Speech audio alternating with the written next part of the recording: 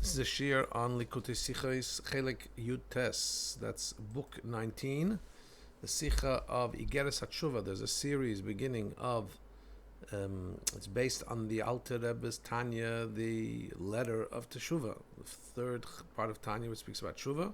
And this is based on talks the Rebbe gave in a series of weeks on the notations on Tanya that his father, Rav Hagon, Rav Hamakubal, Rav Levi Yitzchak, noted on the margins of his Tanya, taking into account, as Rebbe points out later in the Sikha, that he had a shortage of paper, shortage of ink, and he wrote shorthand, he wrote on the margins, and therefore he wrote briefly. The Rebbe expanded and unpacked, using today's language, unzipped, as if all the deeper content that was there in those notes, the Rebbe spoke about it, and then was Magia, edited those sichas. Aleph, the Kviyas von Esimba of the time of the 20th of Av, which is the day of passing of the Rebbe's father, comes out in many years. In the week that the Shabbos following that is the Shabbos that blesses the month of Elul. The month of Elul is connected with Shuvah. So we're going to learn the first ha'orah, the first notation from the one whose yahrzeit it is on the 20th of Av, the Rebbe's father of Igeres Hateshuva. So in Igeres Hateshuva, the Alter Rebbe brings the opinion that somebody who transgressed the same sin several times, has to fast the amount of fast corresponding to the amount of times that he sinned. Yeah. For every sin, there's an allotted amount of fasts, and he has to fast that allotted number per how many times he sinned. I just want to make a very, very important introduction to this concept of fasting. We're going to be talking a lot about fasting. The Alter Rebbe says that the fasting was spoken about mostly in the time of the Talmud. In our generation, says the Rebbe, a little bit more than 200 years, says the Alter Rebbe, a little bit more than 200 years ago, when we're no longer so strong, fasting is not the thing we should choose. We should choose tzedakah. The Rebbe in our generation totally was adamantly against fasting, other, of course, than the fasts that we are mandated to do according to Shulchan Aruch. Obviously, Yom Kippur is a biblical fast, and then we have fast based on the prophets for Tisha B'Av, and then we have the other fasts. Anyway, but those fasts are fasts that we need to fast, again, unless there's issues of health and so on. But many other fasts, multiple other fasts that are spoken about in Jewish tradition and Jewish law and halacha and Gemara and so on, the Gemara itself says that somebody who fasts and not able to is actually sinful, because he's not going to be serving Hashem in the way he can. And the Rebbe said in our generation, fasting is totally out. To disrupt our bodies in that way is not beneficial. First of all, we're weaker. Second of all, I don't know if I've heard this directly in the name of the Rebbe, but I'm going to put it in there anyway. I've heard it. I definitely heard it from Mashpiyim. When the point of fasting is to be smaller and allow Hashem in more. All too often, people that fast when they're not obligated, in other words, fasts of optional fasts, they start feeling bigger. They start feeling more egoistic. So the whole point of the fast perhaps may be lost. And anyway, we know that what people call fasting today, by the way, there's a big movement today of intermittent fasting and things like that. That's not real fasting, according to halacha, because you're drinking. And drinking is a very important part of those cleansing fasts or whatever it is. We were talking about not eating and not drinking, really restraining the body from any intake, not just nutritional, but even any drinking. And that, again, we have to emphasize that the Rebbe said in our generation, that's not our deal, except for the fasts that the Jew has to do according to Shulchan Aruch. Other fasts, the Rebbe discouraged again and again. Okay, let's now learn the content matter here about the fasts. So, for example, if somebody sinned a particular sin 10 or 20 times, he has to fast 10 or 20 times. For example, if he sinned a particular sin, which is called Moitzi Zera Levatala, that he wastefully emitted seed, so there's an 84 fasts prescribed for cleansing. So if somebody did it several times, and the Alter Rebbe uses the language, if he did it 10 or 20 times, he's going to have to fast 10 or 20 times the amount of 84 fasts. And v'chein le'elam, and so ongoing. So Rebbe's father explains in his notes on Tanya that the Alter Rebbe says the example, for example, 10 or 20 times. Why does he use those numbers? Because the blemish that is done through the sin, that particular sin is in Chachma, is in the mind, in the first level of mind, first level of Seichel, which is Chachma. As he'll say later in Igeres Hateshuva, that this particular sin blemishes, has its negative effect on the mind. By saying mind, he means mainly the Mayach HaChachma, the first level of Mayach. And we know that this fits with 10 or 20. Why? Because the level of Chachma is represented by the Yud. When we take the 4 letters of the name of Hashem, put it into spheres, so the letter Yud is Chachma. And the letter Yud, when it's spelled out just one little dot, like a Yud. But when we spell out Yud, it's Yud Vav Dalet. That's how you spell the word Yud, like Y-U-D. So the Yud is the Vav Dalet. And so Yud has a gematria of 10, but then when you spell it out, the Vav and the Dalet, Vav is 6, Dalet is 4, so you have another 10, so you have 20. That's why I use the example of 10 or 20 times. So we have to understand, as the Rebbe, this opinion that's being brought here, that the Alter Rebbe says that he has to fast, the amount of times that he sinned, has to do with all sins. This sin of wasteful emission is only brought as an example. For example, somebody who did that sin that has 84 fasts attached to the tshuva, okay, but why does he, therefore, if he's just using it as an example, why does he bring a 10 or 20, which hints at the fact that this particular sin affects Chachma? It's just an arbitrary example brought. Even stronger question, says the Rebbe.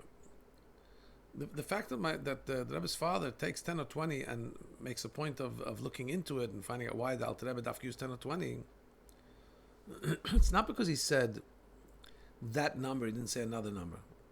Then if you said that number and he could have said the chveis 15, so you say, okay, he gave the number because that fits the particular sin he's talking about. But really the question is that there's no need to give a number.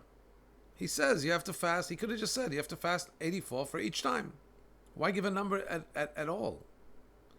And so really the overarching question here is, how is it possible to say? The Alter Rebbe adds a mashal. He adds to tell you, for example, which sin, and then he tells you 10 or 20 times to hint to you where that sin is affecting, when the whole sin didn't need to be brought. In other words, Alter Rebbe could have, for telling us this argument that he's about to introduce in Tanya, that if you did a particular sin several times as an argument, you fast once, you fast 3 times, you fast as many times you sinned. He didn't even have to bring an example of any sin. And if he did bring an example of a sin, he doesn't have to say 10 or 20 times to give you more information about that sin. This is not the place where he's explaining the effect of the sin. So that's a general question, which the Rebbe's father doesn't address. Similarly, paragraph 3, similar to this diuk that we're saying, to this, why does Alter Rebbe have to bring 10 or 20? That's the question that my father, he says, stood on, and I'm asking. So he said, but there's another question, says the Rebbe, which my father doesn't comment on. Why does he have to, the question we just mentioned, why does he have to even bring an example of a particular sin? If he just said, if you sinned, whatever sin it is, you'll have to fast the amount of times that you violated, without giving any example of a sin. Also, we have to understand, when he says afterwards, if he sinned multiple times, for example, 10 or 20 times, he has to fast that amount of times, 84 fasts, and then he says, and so onwards, so as many times, ongoing, just do the same mathematics. If you did it more than 10 or 20 times, you have to fast more than 10 or 20 times, 84 fasts. I mean, what's the Alter Rebbe adding here? We know we get the concept. If you did 10 or 20, you fast 10 or 20 times. And so it would be, just keep on doing the maths and multiplying. Paragraph 4. In this particular notes from the Rebbe's father, he adds in a parentheses another point that he points out in the Tanya. In the same parak further, the Alter Rebbe says that anybody who's a pious person should be stringent upon himself to at least once during the lifetime fast the amount of times prescribed for that particular sin. Especially for the sins, particularly for the sins that are stringent, that there's a punishment attached to them, death, even if it's death bidei shamayim, by heaven. In other words, not that he gets to Beis Din, but is liable to lose his life from the perspective of heaven, but those kinds of stringent sins, a person should at least fast once in a lifetime the amount of fasts that are prescribed. For example, for wasteful emission, 84 fasts at least one time during his lifetime. And he can push them off, and he can fast approximately 10 fasts during every winter. Remember, in the Russia, the winter, the day starts very late. The night comes very early, so in January or so, in the depth of the winter, the fast could be a much shorter fast. So choose, and he says, every winter you could take care of approximately 10 fasts. So the Rebbe's father says, the fact that he says 10 fasts, and because 10 is also, because Eser is 10. And the Yud, remember we said, Yud is Chachma, right? So, but here the Rebbe says there's an even greater question, like we asked before. Why does he have to at all bring an example of which particular sin? It's simple mathematics. You don't have to say which sin. Also, we have to understand, since the letter Yud is, remember we just said Yud is 10, but it's also 20. Why here doesn't the Alter Rebbe say you could fast in one winter 10 or 20? Paragraph 5. The Rebbe says, we've already spoken many times that my father's notes on the Zohar and the Tanya, so for various reasons, and also because there was a shortage of paper and ink, he wrote very, very short. He wrote very with brevity. And when you learn it, however, with the proper attention, you see that through the things he wrote, many other questions are answered other than the things he addressed particularly. And sometimes, even in other places in Torah, things he said here have become answered based on the little snippets and notes that he gave, because they're very deep. And usually, even more than that, usually it looks like his notes are the nuances of the languages and things like that, not talking about the general topic. But we see that in many of them, when you really think into what the Rebbe's father is saying in depth, you see that these terse notes that are explaining just nuances in the language mostly, they really give a whole new view on the general topic we're talking about. Similarly here, even though he's just talking about why the Alter Rebbe says 10 or 20, but this note that he makes will explain also many other things, also going to answer the questions we just raised. More than that, through this ha'ara we get to see the whole general perspective on why one would have to fast the amount of times for the sin he sinned, and also why Bal Nefesh, somebody who's pious, should at least try once in his lifetime to finish the amount of fasts at least one time. So listen here. Paragraph 6. The Rebbe says, we could say the explanation, all this is as following.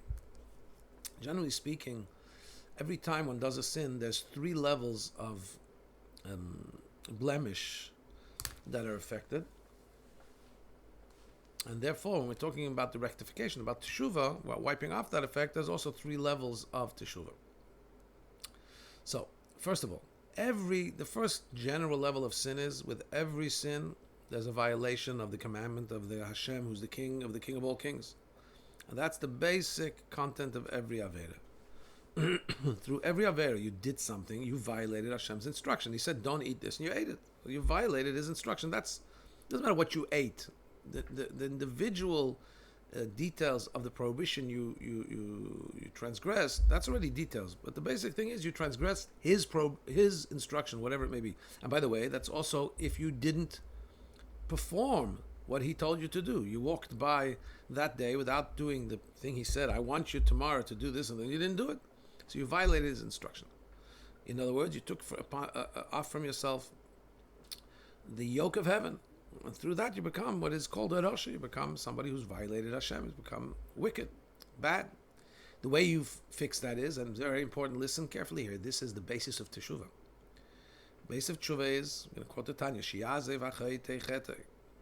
that the sinner stops doing what he's doing, the sinful behavior, and he makes a resolve in his heart that he won't do it anymore.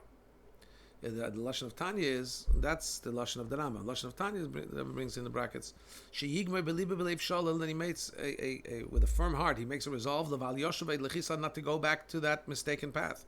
To rebel in the kingship of Hashem. And won't violate anymore the instruction of the king. So that's not talking about remorse. That's talking about embarking on a new path, not doing that sin. So through the resolve and the acceptance that the future won't be as he had done in the past, well, that's the essence of tshuva. Not about the past, about going forward. Immediately he leaves this classification of being called a Rasha. It can even be in one moment. How do we know this? The Gemara and Poskim say if somebody, fascinating halach, if somebody gives a ring to a woman and says, you are betrothed to me with the stipulation that I'm a tzaddik, even if everybody knows this guy's a Rasha, this guy's very wicked, we say that we have to be suspect, we have to consider this woman to be bound with Kiddushin, to be betrothed to him at least, possibly. She won't be able to get married to anybody else without getting a get. Why? Well, we know he's a bad person. He said that the betrothal is only on the condition, hinged on him being a tzaddik, because maybe he thought Teshuva says halacha. In other words, if he made a strong resolve that going forward is going to be good, so now he's considered like a tzaddik. So immediately, you can take away that general blemish. However, there's another aspect, because when we talk about this is a conceptual concept, the limbs of the soul. So we know, just like there's full integration. Our bodies are fully integrated. All the limbs and all the parts of the body are linked with each other, and they interact with each other. So similarly here, we talk about the mitzvahs, the 613 mitzvahs, as corresponding to that, the 613, so to speak, we're going to call them limbs of the soul. So through not doing a mitzvah saseh, or through violating a negative commandment, so there becomes a blemish and a lack in that particular limb that he sinned in, right? In order to fix that limb that's been blemished through the sin that was affected by it, he has to do. Remember, we said teshuva is right away, the moment he walks away and says, I'm going to be good, that's teshuva. But now we have to, if we want to talk about fixing the blemish, so there's tools of teshuva, which, first of all, there's this tool that's relevant to this particular sin that's going to deal with the blemish that was made in this particular limb. And there's also, part of that tools of teshuva is that our sages said how many fasts will be needed in order to do, so to speak, the therapy to heal that particular limb. Then there's this third aspect, because they had this particular limb is also integrated with other limbs, so every Aveda affects all the other limbs as well. And the Rabbi says we can say this because we know, even we go further, we say that every Aveda person does internally also affects his corresponding levels in the world. So if what we do internally can have also a negative influence on the world, so certainly what a person does internally has a negative influence, not just on the limb that he's involved in, that did the particular Aveda, but his whole persona, because he's part of one integrated person. Therefore, part of Darkei Tshuva, part of the paths of Tshuva, is not just to leave what he's done, but he has to also change his entire demeanor, he has to change his entire behavior, because even though he did one particular sin that affected one particular part of the thing, but that weakened his whole general integrated persona. Okay, paragraph 7. So the Torah speaks in generalities and in details. So in every one of these three concepts that we spoke about, in other words, the teshuva, there's the teshuva, the way it's the way the sin affects the immediate effect of the sin and the immediate ability to walk away from that. The teshuva, the fixing of the blemish, and then the fixing of the person in entirety. Really, there's all three things in each one of those things. Let's drill this down to our point. The amount of fasts that's been given for a particular sin, it's got to do with a particular blemish, right? Okay. So there's three aspects of this individual blemish as well. When we unpack, when we look into it, when we zoom into it, the explanation. Because all the limbs are incorporated one with the other, so it comes out that in every limb there's three aspects. There's the actual essence of that particular limb. There's the limb, the way it includes in itself all the give and take from other limbs. And then there's the way this limb projects and is part of the other, integrated outward in the other limbs of his body. So we understand that the blemish in this particular limb is got all three. We have to fix it in all three ways. Paragraph 8, we could say that the violation, that the blemish in the actual essence of this particular limb, that rectification gets done immediately by the first time. That the blemish becomes total. That actual limb becomes totally blemished the moment he does the sin the first time. And nothing really, it doesn't really change when he does it another additional times, because he's done all the damage already the first time at that level. Then we talk about the damage that's done, the blemish that's done to the other limbs that are incorporated, so to speak, in this limb. That's only by the third time. The third time, as the Alter Rebbe brings from Zohar, Zimnatli saw the third time, so to speak, it's like the stain goes from side to side. In other words, it's been totally steeped and totally saturated with sin. 3 times will totally saturate this limb with sin, and it incorporates all the other limbs that are incorporated in it. And then we have the way this blemish affects all the other limbs outside of it, because the other limbs also are related to this limb that sinned. So then it would seem to be that their level of effect is, they'll never be totally saturated because it's not the actual limb that sinned, but every time you do the sin, it gets more and more blemished. Those limbs that are only integrating with the limb that sinned. So this is the opinion. This will explain the 3 opinions. All 3 opinions, remember, are the words of Hashem. They all teach us something. That, in other words, the argument about if you sinned a particular sin, do you have to fast once, no matter how many times you sinned it? Do you have to fast 3 times if you sinned it many times? Or do you have to fast as many times as you did that sin? Those 3 opinions, they're not really arguing. They're talking about addressing 3 concerns or 3 rectifications of this particular blemish, in order to fix up the actual essence of the limb. One time fasting is enough. The blemish was caused through one time sinning, and that level of blemish doesn't matter how many times you sinned or didn't sin. You moved from, so to speak, white to black. Now to move from black to white, one time fasting is enough. In order to fix the way this limb, the way it incorporates the other limbs, could be if you did this sin many times, you're totally steeped in it, it's saturated. You got to do 3 fasts to get rid of that saturation. However, and could be that this is why the Alter Rebbe says that what's the accepted agreement about how to deal with this machlekes is to at least fast 3 times according to the amount of fast prescribed for this sin. Nonetheless, even though he says we don't know if you should do it once or as many times as you sinned, he said do it 3, but within that 3, the first time is most stringent. So the first time, try and fast full days of the amount of days prescribed. The next 2 times, you can take a leniency, which is join 2 half days, make them as a 1 day. It's much easier to fast a half a day. So if you fast 2 half a days, consider that as 1 day. Fasting 2 half days is easier than fasting 1 complete day. When it comes to the first time, filling the amount of fasts, he says, no, do the full days. So in other words, we see that the Alter Rebbe is saying that clearly, whatever, according to all opinions, that first sin, and therefore that first fast, is going to be taken care, is the most impactful for that particular limb. Paragraph 9, we could say, as this is also why the Alter Rebbe chooses to use this example of wasteful emission. Why does he choose this example of sin? When it comes to the seed of man, the Rambam says, the more that the body gives forth of seed, so his energy wanes, and his body degenerates, his energy degenerates, and his limb and his life degenerates.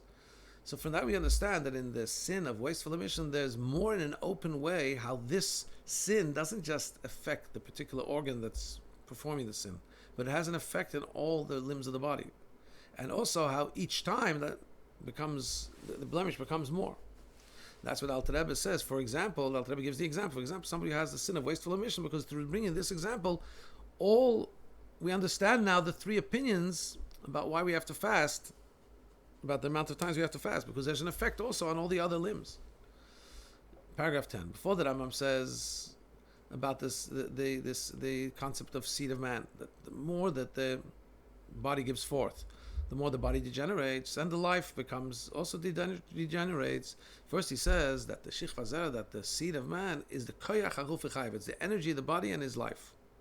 Which means that the fact that it has such an effect, the fact that the seed's emission has an effect on the body, is as a result, an outcome from the fact that it's the power of the body. It contains within it the energy of the body. That's the potential for future life.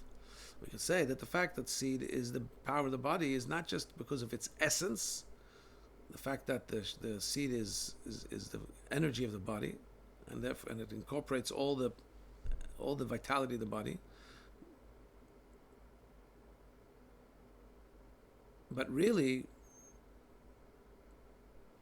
the fact that it incorporates the vitality of the body, that's not its actual essence. Its actual essence is something higher than that. It's a tipa, it's a drop. It's a quintessential point, higher than any form. And that's got to do with the quintessential, the essential point of the soul. That's why what gets transmitted through that is all the limbs are incorporated therein. And because it's something that's just a drop, it's got to do, it corresponds to the Nekudas HaNefesh, the existential point of the soul. That's why it has in it all the koyach haguf, all the energy of the body. These concepts are a little bit subtle, and I'm not sure. I'm sure that I didn't do justice to them. I'm sorry. Paragraph 11. From this we understand, when we're talking about the sin of wasteful emission, that the stringency of this particular sin is relevant in all three levels, as we said. From the fact that the drop of seed incorporates also the energy of the body, and it has an effect on the entire body, so there's a blemish to the other limbs, the way they are incorporated in this limb, and the way they are also in their place. And this is going to be a more stringent effect than with other sins. And because there's a blemish in the actual, because the blemish in the actual essence of where the sin took place is, in this particular sin, is more than in other sins, because this sin is happening with something that's actually the existential energy.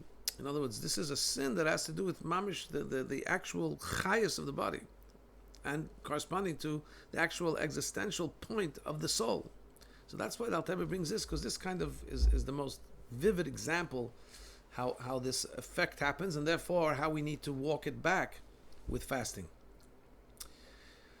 Paragraph 12. Again, fasting in these times the Rebbe says, walk away from fasting totally, except for those prescribed according to Shulchan Aruch. Paragraph 12. According to this, we'll understand why the Alter Rebbe brings three opinions about this. You have to fast either.